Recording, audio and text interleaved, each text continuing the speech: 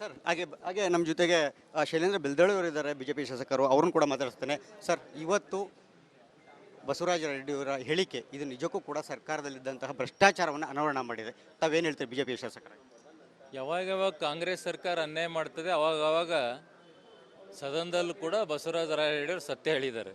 ಇದು ಎರಡನೇ ಇಲ್ಲ ಮೂರನೇ ಸತ್ಯ ಹೇಳಿದ್ದಾರೆ ಅಂತ ನನಗೆ ಅನಿಸ್ತದೆ. ಯಾಕಂದ್ರೆ ಅವರಿಗೆ ಅದು ಅನುಭವ ಆಗಿದೆ ಅಂದ್ರೆ ಜನರಿಗೆ ಎಷ್ಟು ಅನುಭವ ಆಗ್ಲಿಕ್ಕಿಲ್ಲ. ಅಂಥ ಶಾಸಕರು, ಹಿರಿಯ ಶಾಸಕರೇ, ಮಾನ್ಯ ಮುಖ್ಯಮಂತ್ರಿಗಳು ಫಿನಾನ್ಷಿಯಲ್ ಅಡ್ವೈಸರ್ ಇದ್ದಾರೆ. ಅವರು ಆರ್ಥಿಕ ಸಲಹೆಗಾರರೇ ಈ ಮಾತಾಡ್ತಾರಂದ್ರೆ ಅವ್ರಿಗೆ ಎಷ್ಟು ನೋವಾಗಿರಬೇಕು.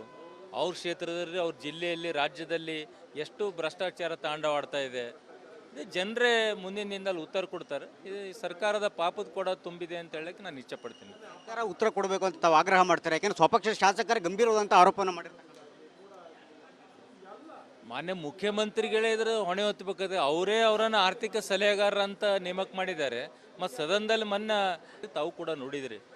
ಅಂತ ಜವಾಬ್ದಾರಿ ಸ್ಥಾನದಲ್ಲಿದ್ದಂತೆ ಮುಖ್ಯಮಂತ್ರಿ ಮೇಲೆ, ಸರ್ಕಾರ ಮೇಲೆ ಅಪದಾನೆ ಮಾಡೋದಂದ್ರೆ ಮುಖ್ಯಮಂತ್ರಿ ಮೇಲೆ ಅಪದಾನೆ ಮಾಡ್ದಂಗೆ, ಮುಖ್ಯಮಂತ್ರಿಯವ್ರ ಮೇಲೆ ಅಪದಾನೆ ಮಾಡ್ದಂಗೆ.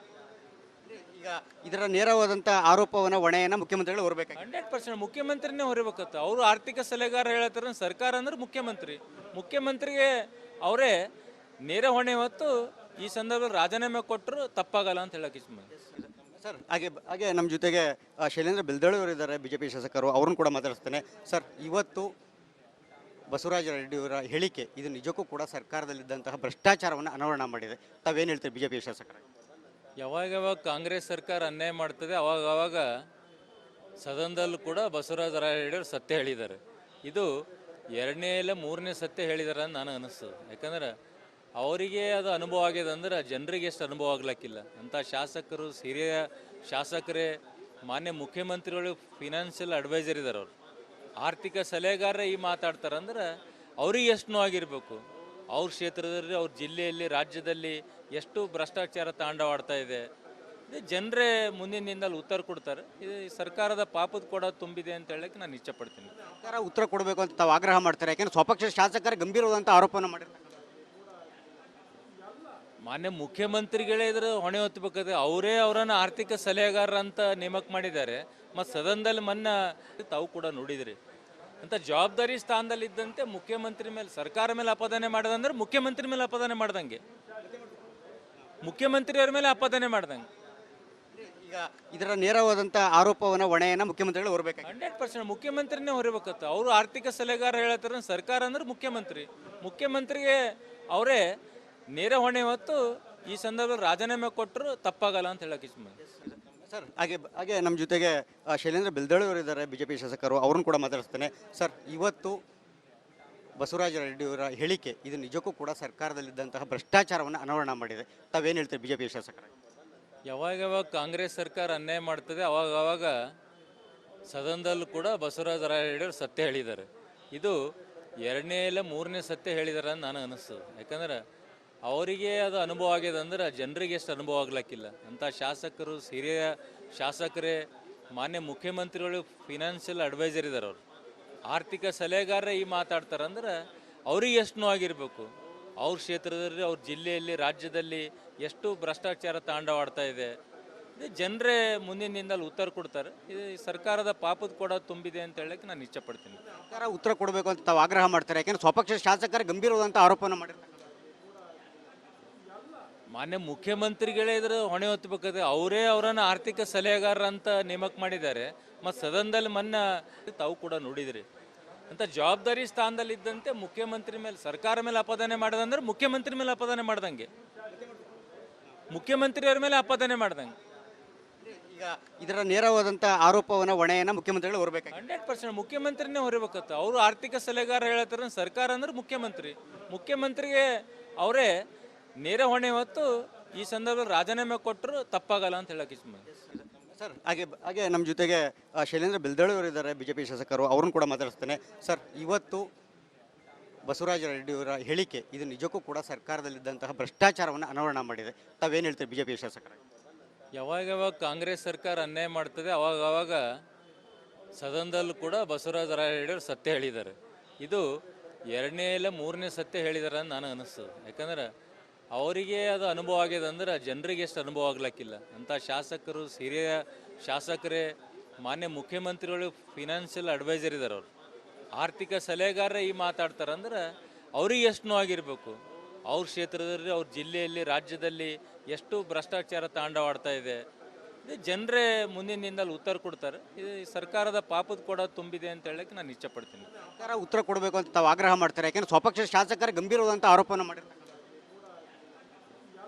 ಮಾನ್ಯ ಮುಖ್ಯಮಂತ್ರಿಗಳೇ ಇದ್ರ ಹೊಣೆ ಹೊತ್ತಬೇಕಾದ್ರೆ ಅವರೇ ಅವರನ್ನು ಆರ್ಥಿಕ ಸಲಹೆಗಾರ ಅಂತ ನೇಮಕ ಮಾಡಿದ್ದಾರೆ. ಮತ್ತು ಸದನದಲ್ಲಿ ಮೊನ್ನೆ ತಾವು ಕೂಡ ನೋಡಿದ್ರಿ ಅಂತ ಜವಾಬ್ದಾರಿ ಸ್ಥಾನದಲ್ಲಿದ್ದಂತೆ ಮುಖ್ಯಮಂತ್ರಿ ಮೇಲೆ ಸರ್ಕಾರ ಮೇಲೆ ಅಪದಾನೆ ಮಾಡೋದಂದ್ರೆ ಮುಖ್ಯಮಂತ್ರಿ ಮೇಲೆ ಅಪದಾನೆ ಮಾಡ್ದಂಗೆ, ಮುಖ್ಯಮಂತ್ರಿಯವ್ರ ಮೇಲೆ ಅಪದಾನೆ ಮಾಡ್ದಂಗೆ. ಈಗ ಇದರ ನೇರವಾದಂಥ ಆರೋಪವನ್ನು ಹೊಣೆಯನ್ನು ಮುಖ್ಯಮಂತ್ರಿಗಳು ಹೊರಬೇಕಾಗಿದೆ. 100% ಮುಖ್ಯಮಂತ್ರಿನೇ ಹೊರಬೇಕತ್ತ. ಅವರು ಆರ್ಥಿಕ ಸಲಹೆಗಾರ ಹೇಳ್ತಾರೆ, ಸರ್ಕಾರ ಅಂದ್ರೆ ಮುಖ್ಯಮಂತ್ರಿಗೆ ಅವರೇ ನೇರ ಹೊಣೆ ಹೊತ್ತು ಈ ಸಂದರ್ಭದಲ್ಲಿ ರಾಜೀನಾಮೆ ಕೊಟ್ಟರು ತಪ್ಪಾಗಲ್ಲ ಅಂತ ಹೇಳಕ್ಕೆ ಇಷ್ಟ. ಸರ್ ಹಾಗೆ ನಮ್ಮ ಜೊತೆಗೆ ಶೈಲೇಂದ್ರ ಬೆಲ್ದಳ್ಳಿ ಅವರು ಇದ್ದಾರೆ, ಬಿಜೆಪಿ ಶಾಸಕರು, ಅವ್ರನ್ನ ಕೂಡ ಮಾತಾಡಿಸ್ತೇನೆ. ಸರ್, ಇವತ್ತು ಬಸವರಾಜ ರೆಡ್ಡಿಯವರ ಹೇಳಿಕೆ ಇದು ನಿಜಕ್ಕೂ ಕೂಡ ಸರ್ಕಾರದಲ್ಲಿದ್ದಂತಹ ಭ್ರಷ್ಟಾಚಾರವನ್ನು ಅನಾವರಣ ಮಾಡಿದೆ. ತಾವೇನು ಹೇಳ್ತೀರಿ ಬಿಜೆಪಿ ಶಾಸಕರಾಗಿ?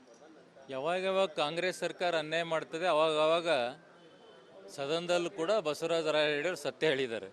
ಇದು 2ನೇ ಇಲ್ಲ 3ನೇ ಸತ್ಯ ಹೇಳಿದ್ದಾರೆ ಅಂತ ನನಗೆ ಅನಿಸ್ತದೆ. ಯಾಕಂದ್ರೆ ಅವರಿಗೆ ಅದು ಅನುಭವ ಆಗಿದೆ ಅಂದ್ರೆ ಜನರಿಗೆ ಎಷ್ಟು ಅನುಭವ ಆಗ್ಲಕ್ಕಿಲ್ಲ. ಅಂತ ಶಾಸಕರು ಹಿರಿಯ ಶಾಸಕರೇ ಮಾನ್ಯ ಮುಖ್ಯಮಂತ್ರಿಗಳು ಫಿನಾನ್ಷಿಯಲ್ ಅಡ್ವೈಸರ್ ಇದ್ದಾರೆ ಅವರು ಆರ್ಥಿಕ ಸಲಹೆಗಾರರೇ ಈ ಮಾತಾಡ್ತಾರಂದ್ರೆ ಅವ್ರಿಗೆ ಎಷ್ಟು ನೋವಾಗಿರ್ಬೇಕು ಅವ್ರ ಕ್ಷೇತ್ರದಲ್ಲಿ ಅವ್ರ ಜಿಲ್ಲೆಯಲ್ಲಿ ರಾಜ್ಯದಲ್ಲಿ ಎಷ್ಟು ಭ್ರಷ್ಟಾಚಾರ ತಾಂಡವಾಡ್ತಾ ಇದೆ ಇದು ಜನರೇ ಮುಂದಿನ ದಿನದಲ್ಲಿ ಉತ್ತರ ಕೊಡ್ತಾರೆ. ಇದು ಸರ್ಕಾರದ ಪಾಪದ ಕೂಡ ತುಂಬಿದೆ ಅಂತ ಹೇಳಕ್ಕೆ ನಾನು ಇಷ್ಟಪಡ್ತೀನಿ. ಸರ್ಕಾರ ಉತ್ತರ ಕೊಡಬೇಕು ಅಂತ ತಾವು ಆಗ್ರಹ ಮಾಡ್ತಾರೆ, ಯಾಕೆಂದ್ರೆ ಸ್ವಪಕ್ಷ ಶಾಸಕರು ಗಂಭೀರವಾದಂಥ ಆರೋಪವನ್ನು ಮಾಡಿರ್ತಾರೆ.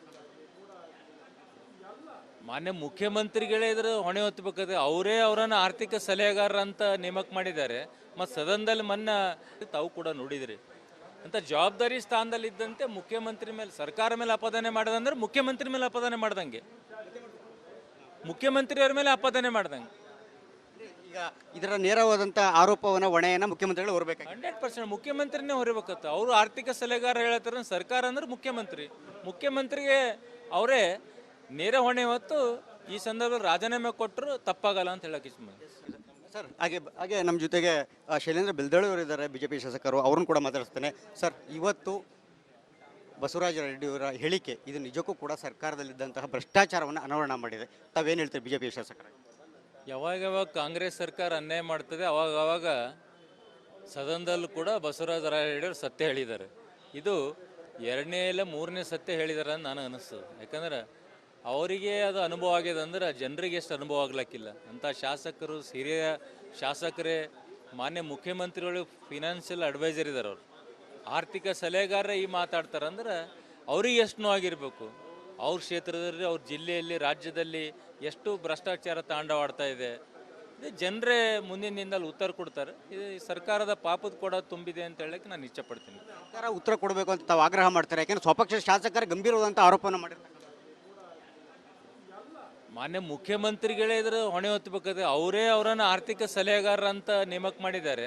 ಮತ್ತು ಸದನದಲ್ಲಿ ಮೊನ್ನೆ ತಾವು ಕೂಡ ನೋಡಿದ್ರಿ ಅಂತ ಜವಾಬ್ದಾರಿ ಸ್ಥಾನದಲ್ಲಿದ್ದಂತೆ ಮುಖ್ಯಮಂತ್ರಿ ಮೇಲೆ ಸರ್ಕಾರ ಮೇಲೆ ಅಪದಾನೆ ಮಾಡೋದಂದ್ರೆ ಮುಖ್ಯಮಂತ್ರಿ ಮೇಲೆ ಅಪದಾನೆ ಮಾಡ್ದಂಗೆ, ಮುಖ್ಯಮಂತ್ರಿಯವ್ರ ಮೇಲೆ ಅಪದಾನೆ ಮಾಡ್ದಂಗೆ. ಈಗ ಇದರ ನೇರವಾದಂಥ ಆರೋಪವನ್ನು ಹೊಣೆಯನ್ನು ಮುಖ್ಯಮಂತ್ರಿಗಳು ಹೊರಬೇಕಾಗಿದೆ. 100% ಮುಖ್ಯಮಂತ್ರಿನೇ ಹೊರಬೇಕತ್ತ. ಅವರು ಆರ್ಥಿಕ ಸಲಹೆಗಾರ ಹೇಳ್ತಾರೆ, ಸರ್ಕಾರ ಅಂದ್ರೆ ಮುಖ್ಯಮಂತ್ರಿಗೆ ಅವರೇ ನೇರ ಹೊಣೆ ಹೊತ್ತು ಈ ಸಂದರ್ಭದಲ್ಲಿ ರಾಜೀನಾಮೆ ಕೊಟ್ಟರು ತಪ್ಪಾಗಲ್ಲ ಅಂತ ಹೇಳಕ್ಕೆ ಇಷ್ಟ.